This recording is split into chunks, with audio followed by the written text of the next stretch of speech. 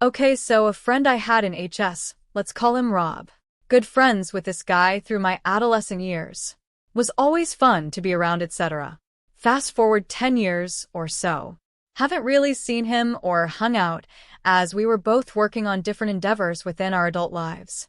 Wife and I got a house near our parents. I find out through my socials that Rob is home for good from his time in the service. Being that I was in the service, too, we linked up to compare and contrast our time working for the great old Uncle Sam. A friendship that had laid dormant for about 10 years is not rekindled, and Rob found his way back in my life, met my wife, the families, and even ended up attending Easter with us. That where this story take a turn. So he met my wife's sister. Let's call her Sally. I don't want to say they hit it off, but eventually ended up seeing each other after some time. There isn't any real big deal there, in fact being that I introduced them, I applauded it.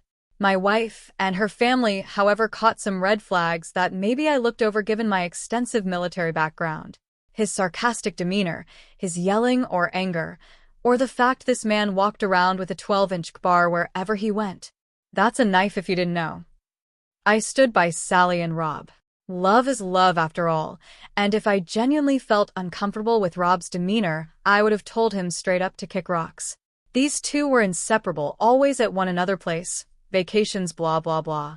But through the years, a couple other red flags were raised that I did catch wind of, like his quick to anger, or his slashing of tires, on more than one occasion. The first time he did it, he got away with it.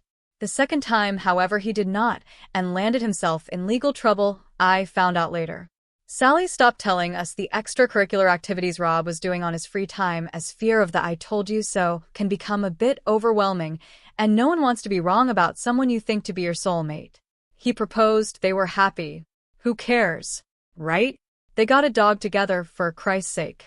Out of the blue, Sally moves back home and tells everyone she wasn't happy, and she had been lying to herself and others to maintain a certain image for him, and she wasn't having it anymore.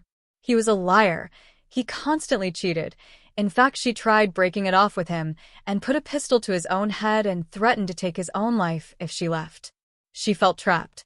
He was manipulating her to the point she didn't love him any longer and wanted out of the relationship, but was terrified of what he may or may not do.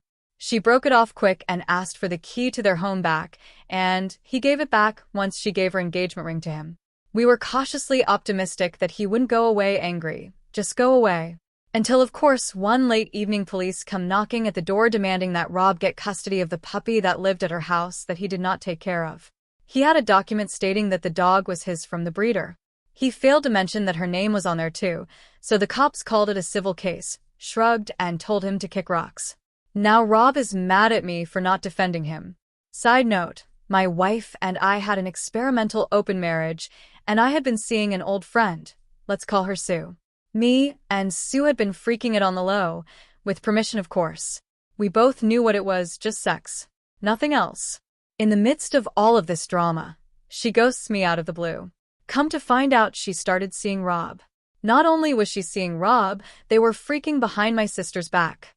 When he learned about our arrangement, he showed up on my doorstep eager to start drama and try to end my wife and my relationship. This was now personal. He was after my happiness now. Told him to leave and never step foot around us ever again. We were so worried about his violent tendencies we ended up going to file for a restraining order in court. During the proceedings, they asked for evidence of why we think he's a danger to us. So we mentioned the tire slashing, which of course they had records of. When I mentioned his guns, alarms were raised. He's not supposed to have guns. He has mental illness that's documented as well as a record. According to him, he told Sally they stormed his home and found guns, not only illegally attained but modified. It's still a pending court case, but in my state that's mandatory jail time. To make it even spicier, Sue just had his baby a few weeks ago. He's looking at 5 years. 5 years his child won't know him. He's made mistakes, but he's not a bad person. Ida?